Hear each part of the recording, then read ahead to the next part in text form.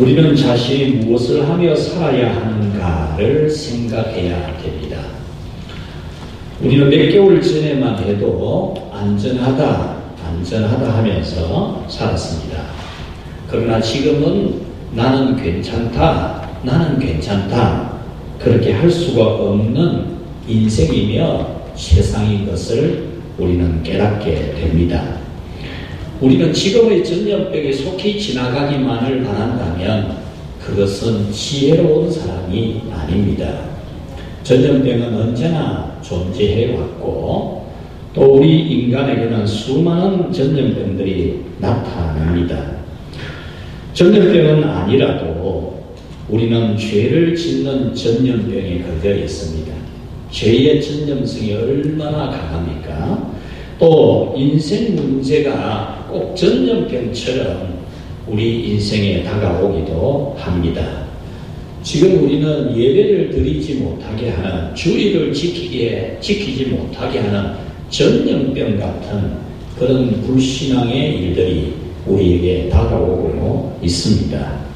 그리고 나이가 들고 노화되고 그리고 죽음의 문턱에 누구나 이르게 됩니다. 그러나 지구의 종말이 온다고 해도 우리의 영혼은 더 아름다울 수 있습니다. 지구의 종말이 온다고 해도, 우리 개인의 종말이 우리에게 다가온다고 해도 우리는 지금보다 훨씬 더 아름다울 수도 있습니다. 영생을 가진 사람, 구원을 받는 사람, 하나님 나라의 보화가 쌓여 있는 사람, 그 아름다움으로 충만할 수 있는 우리입니다. 세상 충만, 육신 충만, 욕심 충만, 육의 사람이 아니라 성령 충만, 은혜 충만, 믿음 충만한 영의 사람, 그 아름다운 사람으로 우리는 해와 같이 빛날 수 있습니다. 마태복음 13장 43절에 예수님께서 의인들은 자기 아버지의 나라에서 해와 같이 빛나리라 그렇게 말씀하셨습니다. 오늘 성경 마가복음 10장에는 많은 사람, 다양한 사람들이 예수님을 찾아왔다라고 하는 말씀입니다. 첫 번째 단락인 1절에서 12절 말씀은 많은 사람들이 찾아왔는데 그 중에 바리새인들이 있었다라는 말씀입니다. 그 바리새인들이 예수님을 찾아온 것은 예수님을 믿고 구원을 받기 위함이 아니라 예수님을 시험하려고 왔다라고 했습니다. 이와 같이 오늘날도 예수님을 찾아오는, 교회를 찾아오는 사람 중에 어떤 사람은 이 바리새인들처럼 교회를 시험하려고 찾아오는 사람들도 있습니다. 이 바리새인들이 예수님께 와서 질문을 한 가지 하는데, 아내를 버려도 됩니까? 말도 안 되는 질문을 하죠. 뭐 아내를 버린다는 말을 합니까? 쓰레기 버린다 할 때 쓰는 말을 어떻게 아내를 버려도 됩니까? 그런 질문을 합니까? 이 질문은 예수님을 향하여 예수님을 함정에 빠뜨리기 위해서 한 질문입니다. 아내를 버려도 된다고 하면 아내를 버리고 동생의 아내를 취한 헤롯 왕이 잘못되었다라고 말한 세례 요한이 한 말이 잘못된 말이 될 것이고, 만약에 이혼을 해도 된다라고 하는 이 말을 한다면 이 예수님 또한 이혼을 하면 되지 않는다라고 한다면 이 예수님 또한 세례 요한처럼 목이 날아갈 수 있습니다. 지금 예수님이 계신 장소가 북쪽 지역에서 중부 지역에서 남부 지역, 그리고 요단강 건너서 동쪽 베레아 지방에 가 있는데, 이 베레아 지방 역시 헤롯 왕이 지금 통치하고 있는 중입니다. 그렇기 때문에 만약에 예수님이 이혼하면 안 된다 그렇게 말하면 헤롯 왕에게 세례 요한처럼 목이 날아갈 수도 있기 때문에 예수님에게는 함정이 되는 질문입니다. 그런데 예수님께서는 오늘 이 성경 말씀에서 율법에 뭐라고 기록이 되었느냐라고 역으로 질문하시고 율법에 기록된 말씀을 들려줍니다. 그 율법에서 말하는 이혼은 하지 않는 것이다. 이혼은 하지 않는 것이야. 그런데 이혼을 한다면, 인간이 악한 마음이 있어서 이혼을 한다면 정당한 이혼이 되어야 된다. 그리고 정당한 절차가 있어야 된다. 라고 하는 것이 율법에서 말하는 이혼입니다. 그 율법에서 이혼을 할 수 있는 정당한 이유 중에 하나는 여자가 간음을 했을 경우 그 남편은 그 여자가 친정으로 돌아갈 수 있고, 그리고 친정으로 돌아가서 재혼을 할 수 있도록 이혼 정서를 써주고 내보내는 겁니다. 그런데 이혼당한 여자가 재혼을 하고서도 또 간음을 간음했을 경우 그 남편은 그 여자에게 다시 이혼 정서를 써줘서 내보내줄 수 있다는 겁니다. 뿐만 아니라 이 여자가 간음을 행하지 아니하고 두 번째 남편이 세상을 떠나는 경우, 죽게 될 경우에도 이 여자는 다시 재혼할 수 있다는 겁니다. 그런데 첫 번째 남자가 자기 아내를 간음죄를 지었다고 내보내놓고 다시 재혼해가지고 또다시 혼자 된 여자를 데리고 와서 사는 것은 안 된다. 이것이 율법입니다. 이것은 이혼은 정당한 사유가 있어야 하고 이혼이나 재혼은 정당한 절차가 있어야 된다라고 하는 율법입니다. 이 율법은 가정의 순결을 위해서 주신 법입니다. 결혼의 순결, 부부의 순결이 있어야 한다라는 법입니다. 결혼했다가 이혼했다가 다시 합쳤다가 하는 혼잡한 결혼이 아니라 순결한 결혼이 되어야 한다라는 말씀입니다. 예수님은 하나님께서 정당한 이혼과 재혼의 법을 주신 율법은 결혼을 혼잡하게 하는 인간의 악한 것, 인간이 악해가지고 결혼의 순결, 가정의 순결, 부부의 순결을 깨뜨리는 그 악한 것을 통제하기 위한 것이지 하나님이 이혼을 허락하는 것은 아니다. 그것을 잘 설명해 주신 겁니다. 두 번째 단락 13절에서 16절 말씀은 예수님을 찾아온 이 사람은 자녀들을 축복받게 하기 위해서 찾아온 사람들입니다. 자기의 어린 자녀들을 예수님께 데리고 와서 예수님이 머리에 손을 얹고 축복해 주기를 바라면서 자녀들을 데리고 온 겁니다. 그래서 예수님은 어린 아이들을 가슴에 안으시고 머리에 손을 얹고 축복해 주십니다. 이와 같이 오늘날도 자녀가 하나님께 복을 받게 하기 위해서 교회로 오는 사람도 있습니다. 세 번째 단락 17절에서 31절은 영생 얻는 길을 물으려고 온 사람입니다. 이 사람의 이름이 오늘 성경에 밝혀져 있지를 않습니다. 17절에서 그냥 한 사람이라 그렇게 표현합니다. 20절에서는 어려서부터 계명에 헌신한 사람, 어려서부터 계명을 지키기로 헌신된 사람이라 그렇게 소개하고, 22절에서는 재물이 많은 사람이라 그렇게 말합니다. 이 본문과 똑같은 내용을 기록하고 있는 마태복음 19장 20절에서는 이 사람을 청년이라 그렇게 표현합니다. 그리고 똑같은 내용을 기록한 누가복음 18장 18절 말씀에서는 한 관리라 그렇게 표현하는데, 이때의 관리는 우리 사회의 국회의원에 해당되는 사람입니다. 이 사람은 예수님에게 무엇을 하면 영생을 얻습니까? 영생 얻는 길에 대한 질문을 합니다. 어떻게 하면 영생을 얻을 수 있습니까? 이 세상 사람이 살아가는 것은 잠깐 지나가는 세상을 살아가는데 죽지 아니하고 영원히 사는 길이 무엇입니까? 이것을 질문한 겁니다. 그런데 이 사람은 예수님이 영생하는 길을 가르쳐 주는 것을 듣고 실망을 합니다.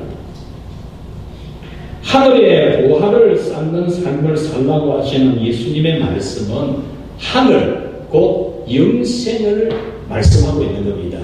그리고 그 영생을 얻는 하나님 나라에서 보화가 쌓여있는 삶을 살라라고 하시는 이 예수님의 말씀을 듣고 그는 근심하면서 집으로 돌아가 버립니다. 예수님은 이런 사람들이 많이 있다라고 말씀하셨습니다. 36절에 보면은 먼저 된 자로서 나중되고 나중된 자로서 먼저 되는 자가 많다 그랬습니다. 많이 있다는 거죠. 이 말씀은 이 젊은 청년, 젊은 국회의원, 젊은 부자, 어렸을 때부터 계명에 헌신된 이 사람이라도 영생의 길을 얻으려고 왔지만 그 영생의 길에 대한 대답을 듣고는 그냥 돌아가 버리는 사람이 많이 있다는 겁니다. 영생을 얻고 싶어서 영생에 대한 질문을 하려고 왔지만 영생은 하늘나라와 그리고 하늘나라에 보화가 쌓여지는 그 삶을 살아라고 하는 이 말씀에는 공감이 되지 아니하고 믿음이 되지 아니하고 오히려 마음에 고민이 되고 근심이 되고 생각이 많아지고 어떻게 할까? 그러다가 세상으로 돌아가는 사람이 많다는 겁니다. 그 다음 32절에서 45절까지 네 번째 단락에서는 찾아온 사람이 야고보와 요한, 예수님의 두 제자입니다. 이 두 사람은 형제지간인데 예수님에게 높은 자리를 구합니다. 예수님, 우리에게 높은 자리를 주십시오. 예수님이 왕이 되실 때 우리를 좌우편에 앉게 해 주십시오. 그렇게 부탁을 합니다. 이와 같이 오늘날도 교회 오는 사람 중에는 높은 자리를 구하는 사람도 있습니다. 그 다음 46절에서 52절까지는 다섯 번째 단락에 나오는 사람인데 병을 고치려고 예수님을 찾아온 겁니다. 그는 소경이었습니다. 거지였습니다. 그렇지만 그에게 복음을 전한 전도자는 예수님에 대해 확실히 전해줍니다. 지난주일 오후 예배 때 말씀드린 것처럼 비록 그는 맹인이지만 비록 구걸을 하며 살아가는 그런 사람이지만 다윗의 자손으로 오신 예수님, 우리 인류의 구원자로 오신 예수님에 대한 복음을 확실히 듣습니다. 전도자가 정말 전도를 잘하는 겁니다. 그런 가운데 예수님이 지나가신다는 말을 듣자 소리를 질러서 다윗의 자손 예수의 나를 불쌍히 여겨주시시오. 많은 사람들이 꾸짖고 조용히 하라고 그래도 이 사람은 다윗의 자손 예수의 나를 불쌍히 여기소서라고 크게 소리질러 구하게 됩니다. 그래서 예수님은 그 사람을 불러서 그의 눈을 뜨게 해 주십니다. 이와 같이 예수님을 찾아오는 사람 중에는 병을 고침받고 인생의 문제를 해결을 받으려고 오는 사람도 있습니다. 이렇게 마가복음 10장은 예수님을 찾아오는 사람들이 각각 목적을 가지고 찾아오는 것을 보여줍니다. 어떤 사람은 시험하려고 찾아옵니다. 어떤 사람은 자녀가 축복받기를 바라면서 찾아옵니다. 어떤 사람은 영생의 길을 알려고 옵니다. 어떤 사람은 높은 자리를 바라면서 옵니다. 어떤 사람은 병을 고침받고 인생의 문제를 해결받기 위해서 옵니다. 사랑하는 우리 성도 여러분, 여러분들은 무엇을 위해서 교회에 오셨습니까? 무엇을 위해서 예수님을 찾아오셨습니까? 이렇게 다양한 목적으로 찾아오는 사람들에게 오늘 성경에서 예수님은 두 가지 교훈을 줍니다. 첫 번째 같이 합시다. 예수님을 따르는 제자가 되라. 예수님은 자녀를 축복받게 하는 것도 좋다. 영생을 얻으려고 찾아오는 것도 좋다. 성공하고 높은 자리를 얻으려고 하는 것도 좋다. 병 고침받고 인생의 문제를 해결받으려고 하는 것도 좋다. 그런데 반드시 예수님을 따르는 제자가 되라는 겁니다. 오늘 이 성경에 나오는 이 한 사람, 청년 부자, 청년 국회의원, 어릴 적부터 계명에 헌신된 사람, 철두철미한 신앙생활을 하는 사람인데 이 사람은 예수님의 제자가 아니었습니다. 예수님을 따르는 제자가 되지 않았습니다. 예수님은 나를 따르라고 하는데 이 사람은 예수님을 따르려고 하지 않았습니다. 왜 그랬을까요? 오늘날 많은 그리스도인들이 있지만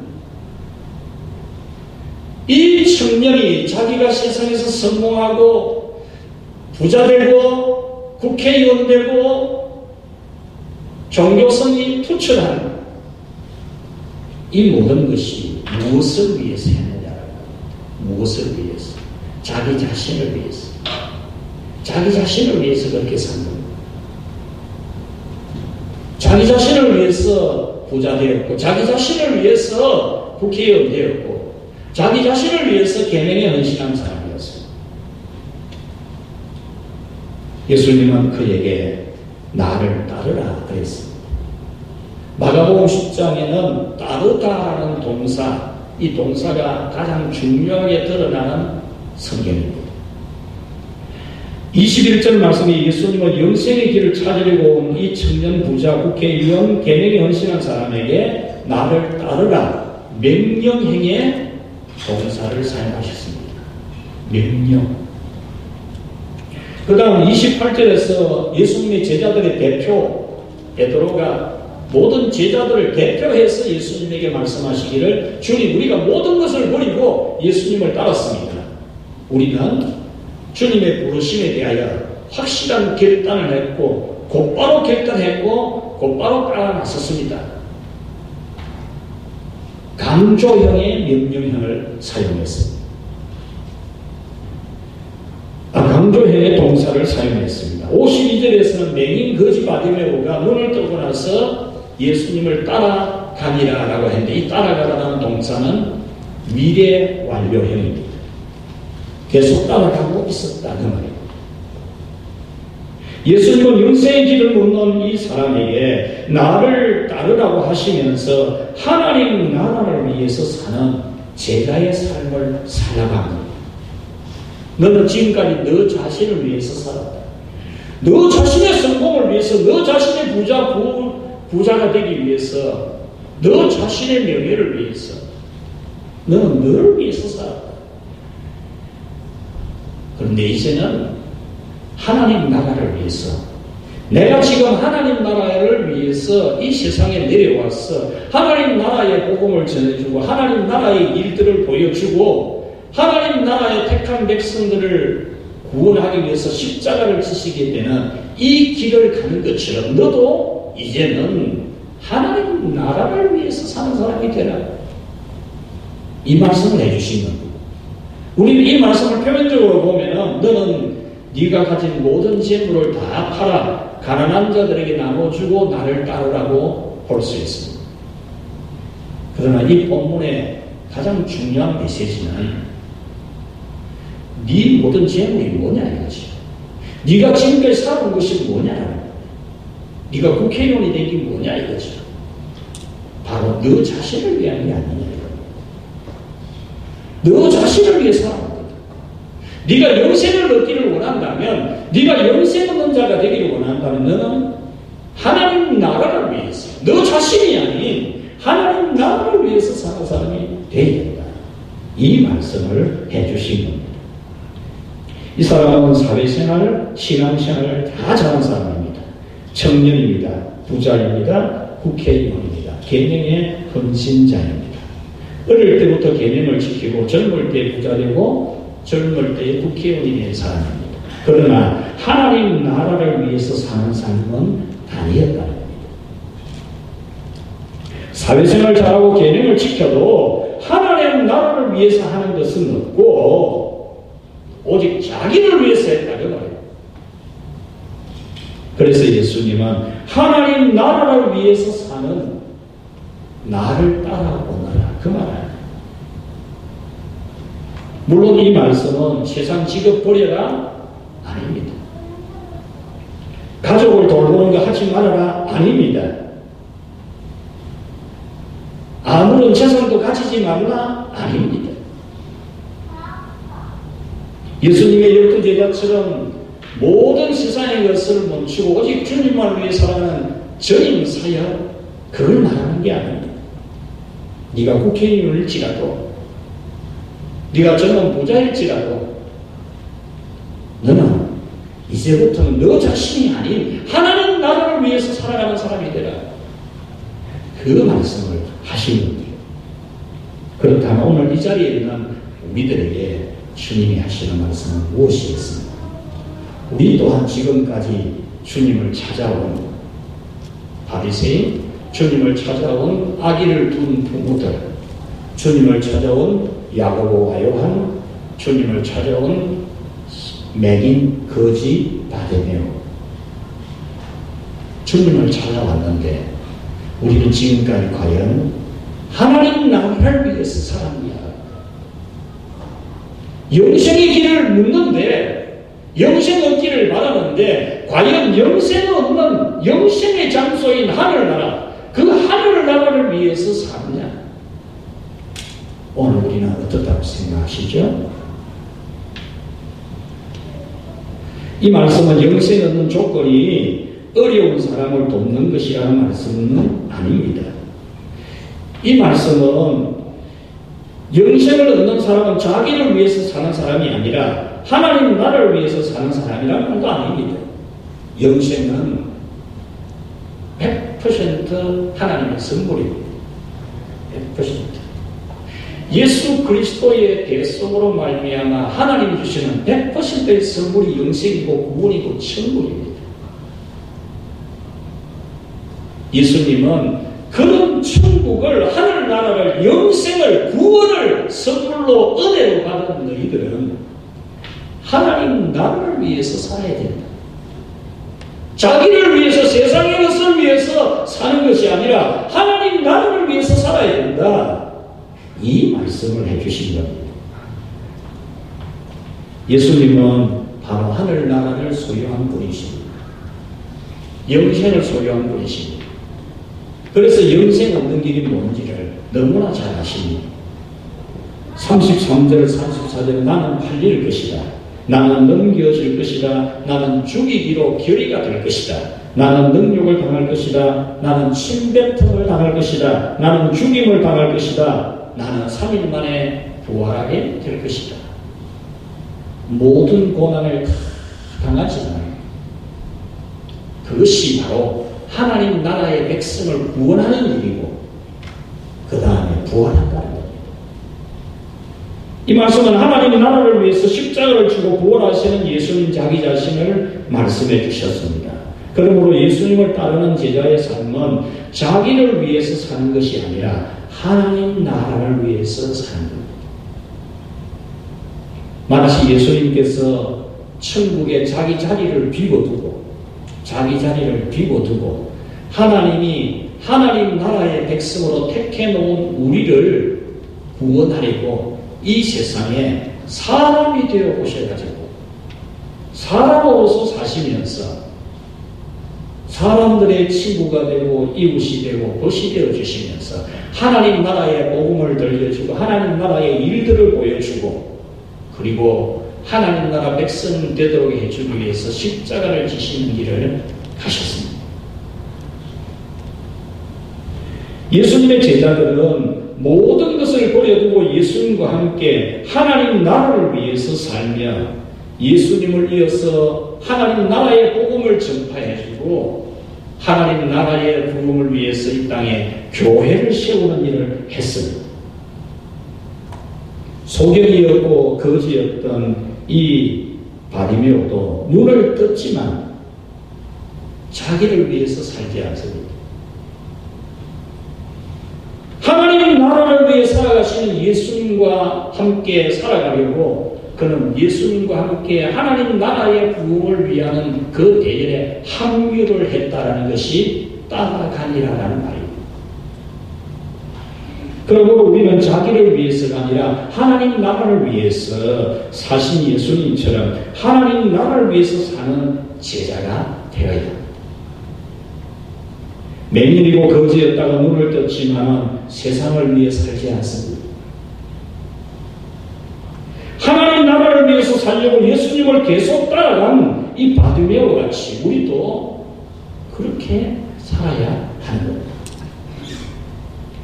교회의 일꾼을 세우는 것은 자기를 위해 사는 사람이 아니라 하나님 나라를 위해서 사는 예수님의 제자가 필요하기 때문에 자기 욕심, 자기 성공, 자기 출세, 자기 것 그런 사람이 아니라 예수님과 함께 하나님 나라의 일을 하나님 나라를 위해서 일할 사람을 세우는 것입니다. 자기 욕심에 매인 신앙의 자유를 잃어버린 사람이 아니라 자기 이기심에 붙들려서 자유가 없는 신앙의 자유가 없는 예배의 자유가 없는 하나님 나라를 위해 헌신하는 데 자유가 없는 노예 자기 노예 자기의 노예가 되어 있는 그런 사람이 아니라 하나님 나라를 위해 살아가는 신앙의 자유를 가진 사람 신앙의 자유가 있는 사람 여러분 우리 사회는 신앙의 자유가 있는 사회입니다. 얼마든지 예배 드릴 수 있습니다. 4년 전에 이미 중국의 시진핑이 종교 정책을 말하면서 공산당은 8천만 명은 절대로 무신론자여야 한다. 무신론자가 아니면 반드시 심판한다. 그랬습니다. 그 이후로 중국의 교회는 무너지고 십자가가 불태워지고 건물이 중장기에 무너져 내렸습니다. 여러분 오늘 우리들은 이 세상을 살아가면서 이 자유를 누리고 있는데 하나님 앞에 예배드릴 자유가 없는 자기에게 매여서 자기에게 붙들려서 자기 욕심에 눌려서 하나님 나라를 위해 살아가는 그런 헌신자가 되지 못하는 노예 그런 노예였지는 않겠습니까? 남들 보기는 환합니다. 일본이 이 젊은 청년이 국회의원 되고 부자 되고 계명이 철저한 사람 되고 남 보기는 훌륭합니다. 그러나 하나님 나라를 위해서 사는 사람이 아니었습니다.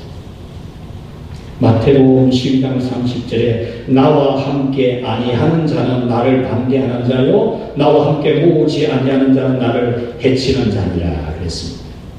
이 말씀은 예수님께서 귀신이 들려서 벙어리가 되고 귀신이 들려서 듣지 못하는 장애인을 귀신을 쫓아내고 깨끗이 해주었는데 이 바리새인들이 예수님을 비난하고 예수님이 귀신을 쫓아내어서 귀가 열리고 입이 열리게 된 이 역사를 폄하를 합니다. 폄하. 어떻게 폄하합니까? 이거는 귀신의 왕 바알세불의 힘입어서 하는 짓이다. 이 폄하를 했습니다. 그때 예수님이 해주신 말씀은 뭡니까? 모든 죄는 다 사함을 받되 성령을 거역하는 죄는 사함받지 못하느니라 그랬습니다. 성령의 역사로 예수님이 귀신을 쫓아내고 성령의 역사로 하나님 나라의 일을 하고 있는데 지금 하나님 나라에서나 있을 수 있는 일을 보여주고 있는데 이 하나님 나라의 일에 대해서 폄하하는 그 죄는 사함받지 못한다. 그 말씀을 해주신 겁니다.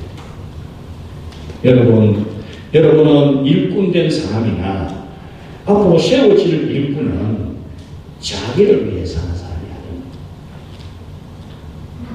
만약에 여러분들이 오늘 이 한 사람처럼 하나님 나라를 위해서 살아야 됩니다. 이것에 대해서 여러분들은 고민해야 돼요. 진지하게 고민해야 돼요. 직분 놔놓고 자기만 생각하는 그런 사람, 자기에게 붙들려서 자기 노예가 되는 신앙의 자유가 없는 사람이 됩니다. 하나님을 사랑하고 하나님 나라를 위해 살아가는 데는 자유가 있는 사람이 돼요. 자유.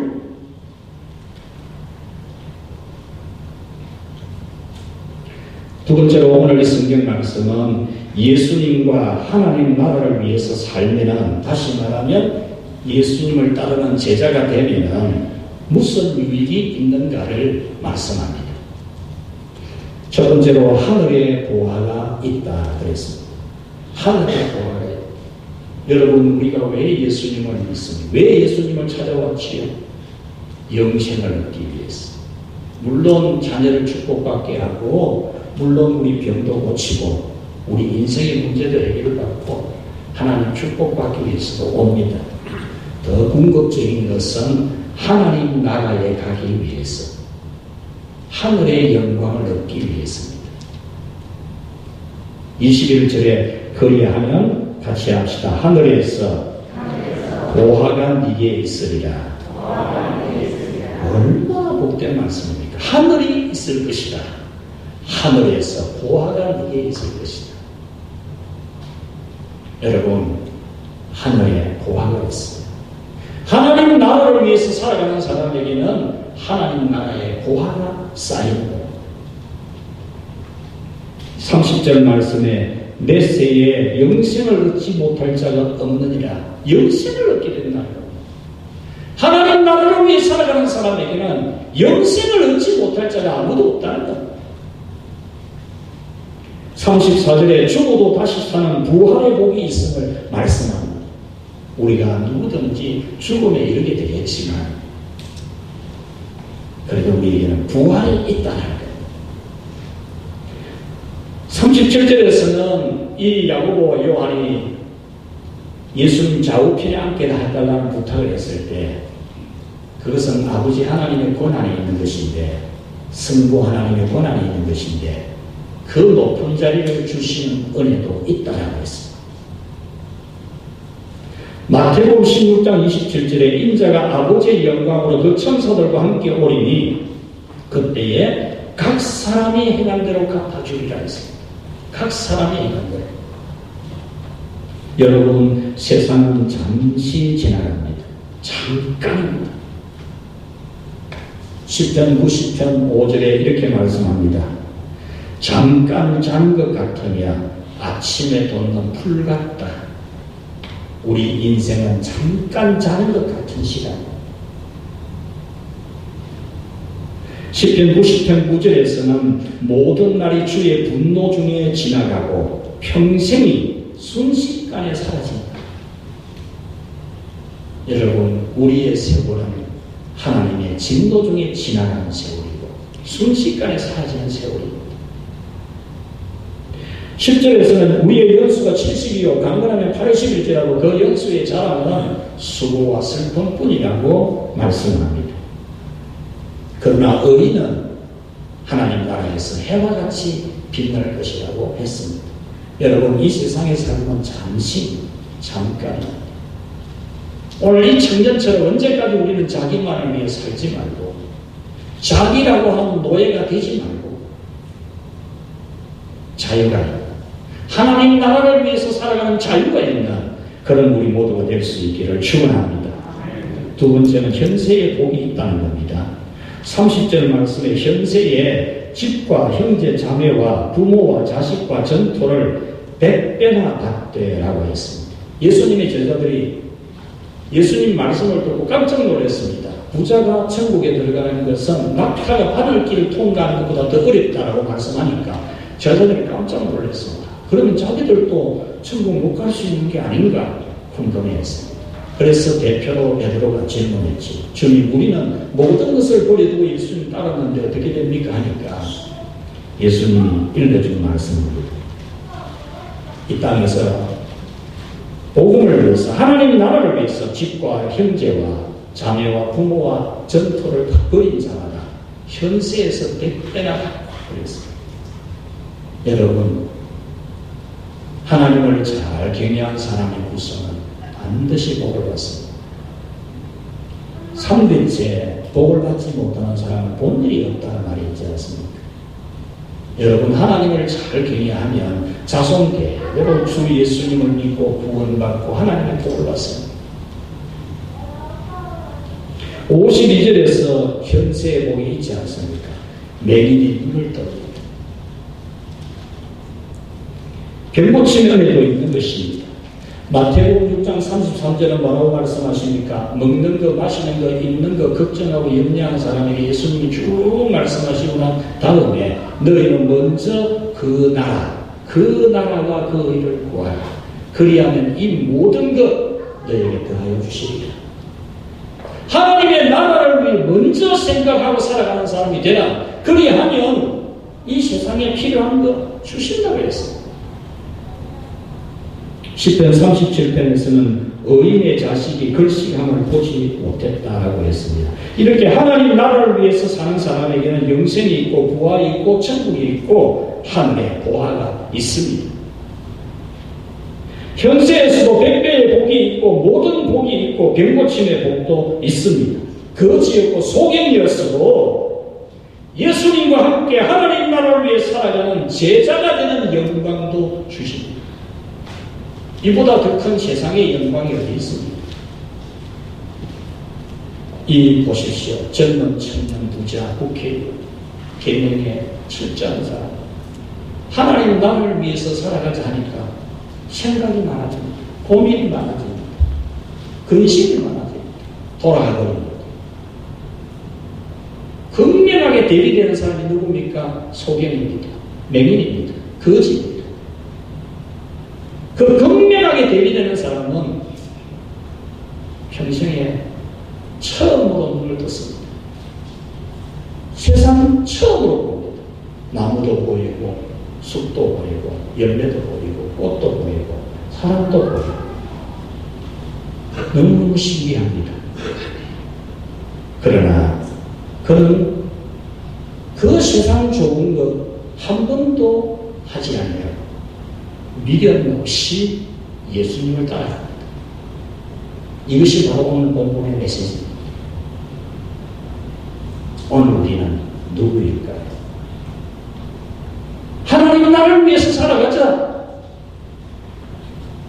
나를 따라오너라 라고 하는 이 예수님의 말씀 앞에 고민이 많고 근심이 많고 얼굴이 수심이 가득한 가운데 돌아가버리는 이 사람, 아니면 내가 평생 처음 눈을 떠서 세상을 보는데 이 아름다운 세상뿐만 아니라 미련 없이 예수님을 따라서 하나님 나라를 위해 살아가는 삶에 합류하는 바리메오일까? 충청도 농부의 6남매 중 막내 아들로 태어난 한 아이가 있었습니다. 그는 2살 때 소아마비에 걸렸는데 가난한 아버지 치료의 시기를 놓치고 안전뱅이가 되었습니다. 아들의 장애 때문에 이 아버지는 너무 슬프기도 하고 괴롭기도 해서 술로 나를 보냅니다. 그러면서 집에 와서는 폭언을 하고 폭력을 휘두릅니다. 이것을 지켜보는 이 아이의 엄마는 눈물을 흘립니다. 이 아이는 2살 때부터 그런 폭언과 폭력, 술 취함의 아버지와 눈물을 흘리는 어머니를 보면서 자랍니다. 그는 비로 포대 위에 엎드려서 한 손으로는 비로 포대를 잡고 한 손으로는 땅을 짚고 비로 포대 땡기면서 앞으로 나가면서 지냈습니다. 초등학교에 입학하려고 어머니 덕이 옆에서 학교에 갔는데 장애인이라고 받아주지 않았습니다. 그는 엄마와 함께 교문 밖에서 많이 울었습니다. 어머니는 아들의 그 차가운 말을 만지면서 아가야 춥지? 그 말을 해줍니다. 이 아이는 엄마의 그 말 한마디 아가야 춥지? 이 말 한마디에 엄청난 각오와 결심이 있습니다. 나는 어떤 어려움이라도 극복해야 된다. 나에게 이 눈물의 말씀을 해준 엄마의 말 아가야 춥지? 아들을 학교에 보내줄 수도 없는 학교에서 받아주지 않는 아들 때문에 울면서 말하는 그 엄마의 말을 들은 이 아이는 모든 장애를 극복하려고 애썼습니다. 그는 11세에 집을 떠납니다. 재혼원에 갑니다. 목발을 짚고 홀로서 일어서는 법을 배웁니다. 그는 서울대학교를 졸업하고 미국 버클리 대학교에서 박사학위를 받습니다. 우리나라 카이스트와 서울대 교수를 거치고 현재는 고등과학원의 교수로 있습니다.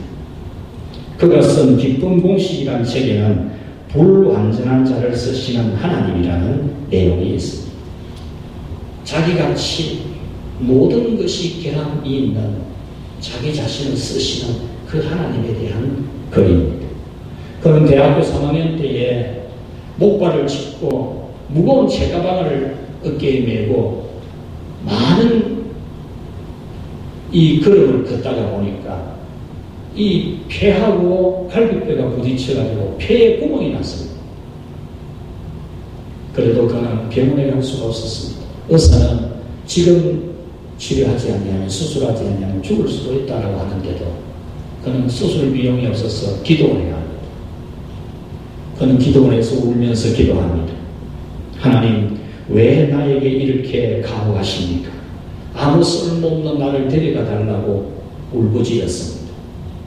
그때 들려오는 찬송 소리가 있었는데 내 모습 이대로 주 받아오소서. 내 모습 이대로 주 받아달라는 찬송 소리를 듣고 정말 모든 장애를 다 가진 자기 같은 너무나 보잘것없는 자기 자신도 하나님께 쓰임받을 수 있다는 느낌, 깨달음이 있게 됩니다. 사랑하는 여러분, 오늘 여러분들은 누구입니까? 어떤 사람입니까? 오늘 이 교수가 그런 장애를 가지고 있으면서도 절망적인 가운데서 폐에 구멍이 나고 병원에 갈 수가 없는 상황이었어요. 자기 같은 존재도 하나님께 쓰임받는 그릇이 될 수 있다는 믿음을, 성령이 주시는 믿음을 그는 받아들였습니다. 바리메오는 소경 거지였지만 하나님께서 고쳐서 하나님 나라를 위해서 사는 사람이 하나님이 되게 하셨습니다. 그렇다면 여러분은 하나님이 쓰실 수 있지 않겠습니까? 하나님 나라를 위해서, 자기를 위해서 사는 사람이 아니라 하늘의 보화가 하나도 없는 그런 불쌍한 사람이 아니라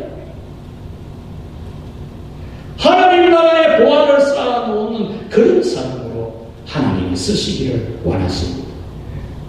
디모데후서 2장에 큰 집에는 금과 은의 그릇이 있을 뿐 아니요 나무와 질그릇도 있어 귀 쓰는 것도 있고 천 쓰는 것도 있나니 그러므로 누구든지 이런 것에서 자기를 깨끗하게 하면 귀히 쓰는 그릇이 되어 거룩하고 주인의 쓰심에 합당하며 모든 선한 일에 예비함이 되리라.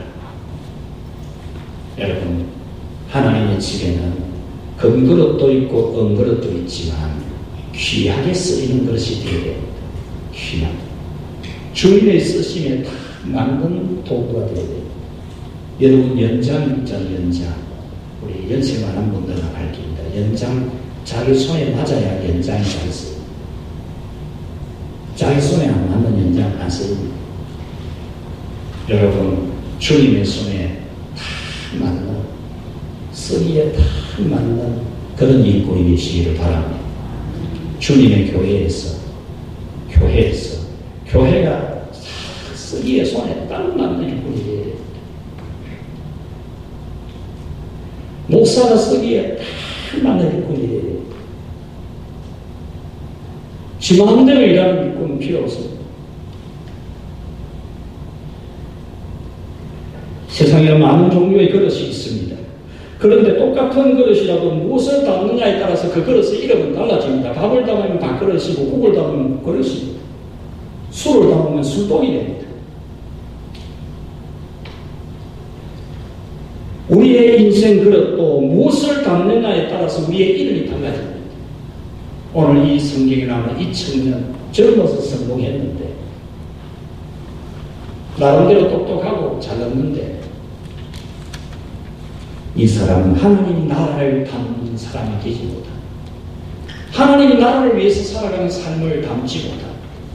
그러나 맹인이고 거지였던 이 바디메오는 하나님 나라를 위해서 살아가는 삶을 담는 예수님의 제자라는 이름이 붙습니다.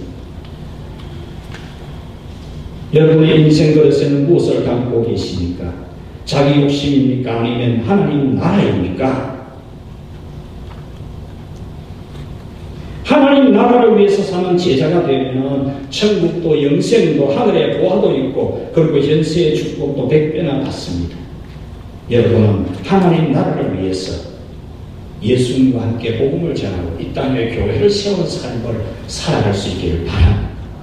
하나님 나라를 위한 복음 전도와 교회를 세우는 일을 여러분은 기쁨으로 즐거움으로 이 바디메오처럼 함께하는 사람이 되고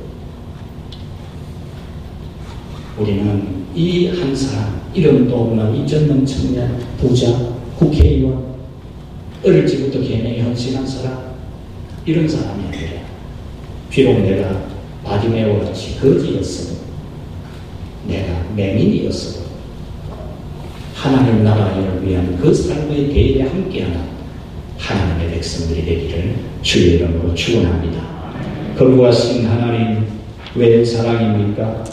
우리에게 어찌 하나님 나라를 소유한 사람이 되게 하시고 그 나라를 위해서 살아가는 이 거룩한 삶을 주시나이까? 주님은 영생 얻는 길을 우리에게 허락하시고 하늘의 상을 얻는 길을 허락하시고 현세에서 100배나 받는 길을 주셨는데 우리는 자기의 노예가 되었어. 자기를 위해서는 시간도 자기를 위해서는 몸의 수고도 자기 위해서는 물질의 희생도 아낌이 없는데 하나님 나라를 위해서는 우리는 어떻게 하고 있습니까? 주여 오늘 우리는 잘난 이 사람이 되기를 원합니까? 아니면 바디메오 같이 되기를 원합니까? 주님 하나님 나라를 위한 삶의 대회에 참여하는 주님의 제자로 살아가게 해 주시옵소서. 예수님의 이름으로 기도하옵나이다. 아멘.